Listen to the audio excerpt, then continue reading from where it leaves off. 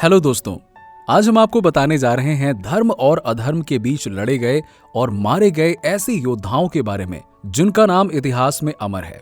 तो आइए शुरू करते हैं। नंबर 1, भीष्म पितामह। ये गंगा और शांतनु के पुत्र थे।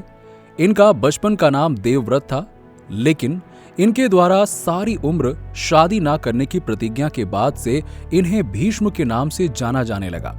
महाभारत के युद्ध में 18 दिनों में से 10 दिनों तक इन्होंने अकेले पांडवों की सेना को 1 मिनट के लिए भी जीत की तरफ आगे नहीं बढ़ने दिया।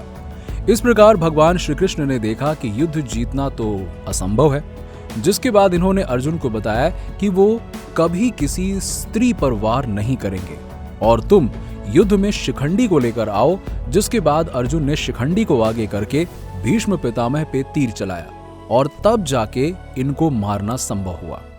नंबर 2, गुरु द्रोणाचार्य। ये भी बहुत बड़े योद्धा थे और ऐसा माना जाता है कि इन्हें इनके पुत्र प्रेम का शोक ही मार सकता था।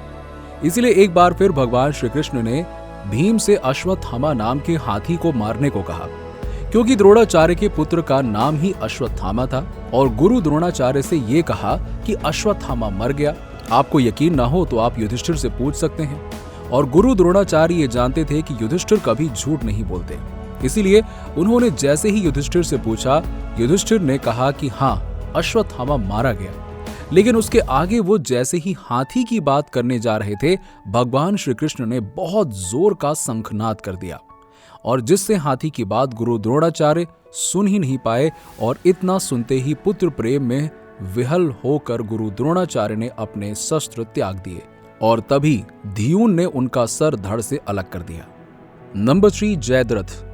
कौरवों द्वारा अर्जुन के युद्ध क्षेत्र में आसपास न होने का फायदा उठाकर कौरवों ने चक्रव्यूह युद्ध की रचना शुरू कर दी, जिसको अर्जुन के सिवाय और किसी पांडव को भेदना नहीं आता था। लेकिन अपनी मां के पेट में अर्जुन द्वारा सुनाए गए चक्रव्यूह रचना को तोड़ने की आधी विधि उनके पुत्र अभिमन्यु ने सुन रखी थी। और अर्जुन के युद्ध क्षेत्र में ना होने पर अभिमन्यु युद्ध क्षेत्र में गया, जहां जयद्रथ ने उसे मार दिया। और जिसकी जानकारी अर्जुन को होने पर उन्होंने ये प्रण किया कि अगली सुबह सूरज अस्त होने से पहले वो जयद्रथ को मार देंगे और यदि वो ऐसा नहीं कर पाते तो स्वयं को अग्नि में समाहित कर लेंगे।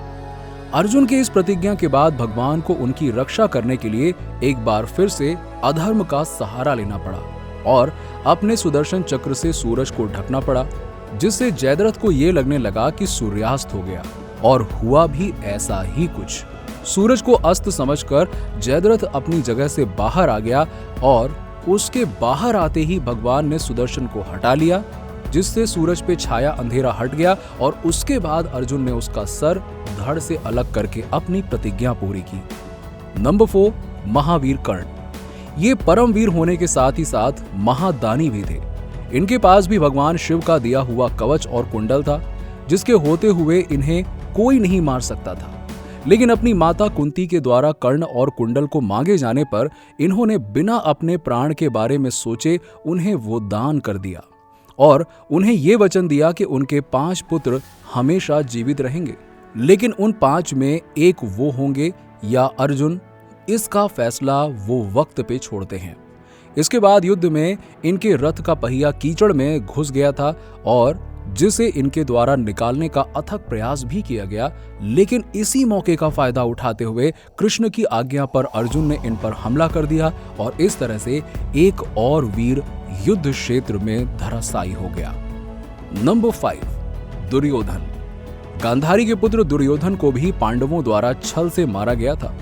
गांधारी ने दुर्योधन को एक बार अपने सामने बिल्कुल निर्वस्त्र आने के लिए कहा था, लेकिन वहां भी भगवान श्री कृष्ण ने दुर्योधन से ये कहा कि इतने बड़े होकर तुम अपनी मां के सामने निर्वस्त्र कैसे जा सकते हो। जिसके बाद दुर्योधन ने अपनी कमर के नीचे केले के पत्ते लपेट लिए और जिससे कि उसका पूरा शरीर तो वज्र की समान कठोर हो गया, लेकिन कमर के नीचे का हिस्सा कमजोर ही रह गया, जिसको भीम से गदा युद्ध के वक्त भगवान श्री कृष्ण के इशारे पर भीम ने दुर्योधन पर कमर के नीचे प्रहार करना शुरू कर दिया, जबकि गदा युद्ध में कमर के नीचे प्रहार नहीं किया जाता।